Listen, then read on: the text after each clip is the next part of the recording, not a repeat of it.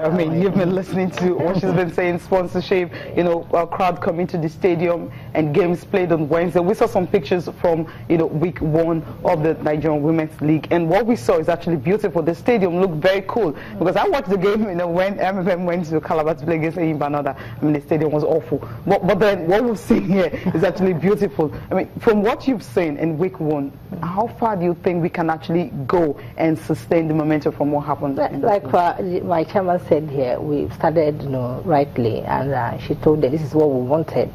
Like she already said when we had our congress, and before now, the league is over 25 years. You know, they'll tell you the league is going to start in January, but it might not start till August, July, maybe June. We've stopped that, and the club owners know, yes, this is what we want, and you must cue in to the new trend in the women's game.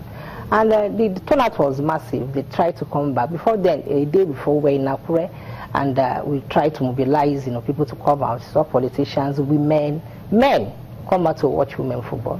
This was what was happening earlier in the 90s, where they pay as high as 200 naira then to watch women play in Calabar, in Warri, in Lagos. Then we had Mrs. Jegede, yes, and several other women's clubs. In Abakaliki, where we had Dynamite. People came out to watch the women's game. That's what we want now, where they can come. And that's what we're playing on Wednesdays. Okay. It is not very tight for us, you know. On Saturday weekend is so, people are competing for time, for space, and for people to come out and watch. For now, you know, people will come out. Like tomorrow, we're expecting people to be at the National Stadium to watch Ukaigbu Queens against Bayelsa Queens. Okay, now I mean, this is really beautiful. Oh, let me use this word, laudable. but then, if you check what's happened over the years, talked about 25 years as being focused and all that. But what will actually be different from this year? Are we going to have these games on TV? I love the clips that we saw. I mean, everyone was like, "Is this actually Nigerian Women's League?" But are we going to have it on TV, partnership with maybe, you know, cable network or something, for everyone to actually see it? Because for you to actually get sponsors into this game, they need to see the game and see where they're going to put their money in. Yeah, the media is key.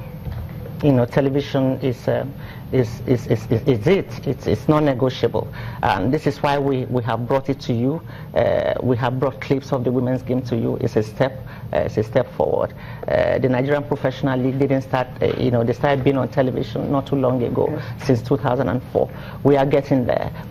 Our plan is to have it on television. I tell you, there's very exciting fixture for the women's game this season. You have the Herrietta Derby, you know, also in the women's game. Heartland Queens against Abia Angels is going to happen. You also have Edo Queens, they are hosting Delta Queens. You have the Confluence Queens, they are going to Nasarawa Amazons. Of course, Lagos is Bayelsa is coming to Lagos to square it up against Robo. The tie, you know, the fixture between Rivers Angels and the Ibom Angels in Uyo has a lot of history in the sense that Coach White used to work under Coach Edwin Okon, and you also have the big spenders in Rivers, who's you know, like you started, they have 7 players who have returned from abroad, you know, to lace their boots for Rivers Angels. The highest goal scorer for the league in 2016, who used to play for Bayelsa Queens, is now in Rivers Angels. So she's making a return to the club where she scored those number of goals. So you can see that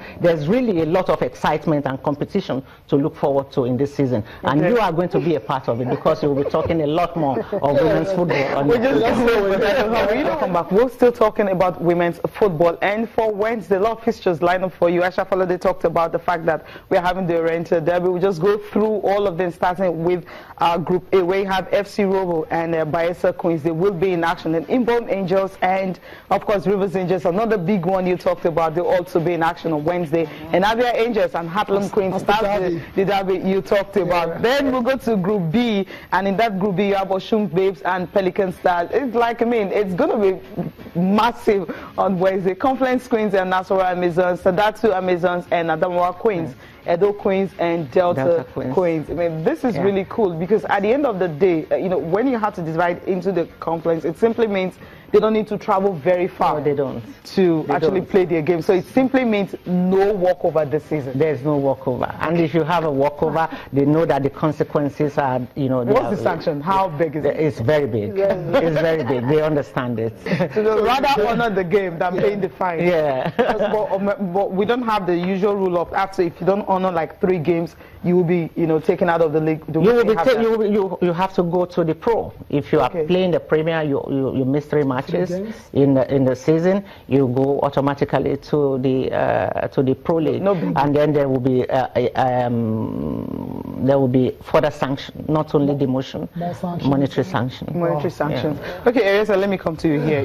It's women's football. It's something that you've been I knew you through women's football, so it's more like forever since you started.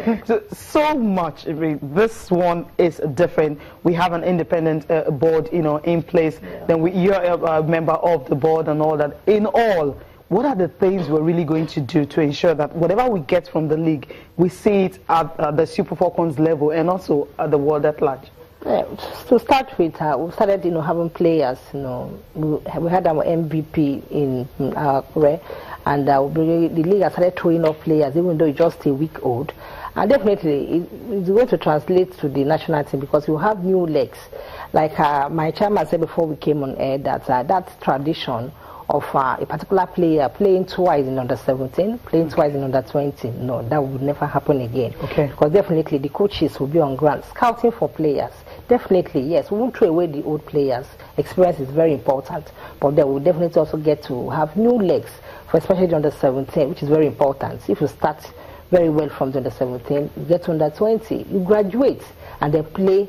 You see them playing in their peak when they get to the Super Falcons. Not when getting to the Super Falcons, when they might have played the lower teams for maybe 2-3 times. Okay, we can have that. Yeah. Let's wrap it all up now with Aisha now. Our player welfare, it's very important. We can't overemphasize how important it is. And we've seen it in the men's game as well too, players being owed salaries and stuff like that. Same thing for the women. Do you guys have anything, special measures in place to ensure that these players are paid as a when due? Yeah, we spoke to the clubs about this, that you cannot pay the girls their salaries when you think it's convenient for you. It is not normal to owe player salaries for 1, 2, 3, 4 months, some of them up to 7 months. They tell you the economy is bad. I mean, government too is owing, and we say this case is different. You have contracts with these girls, which is another thing we are telling the players.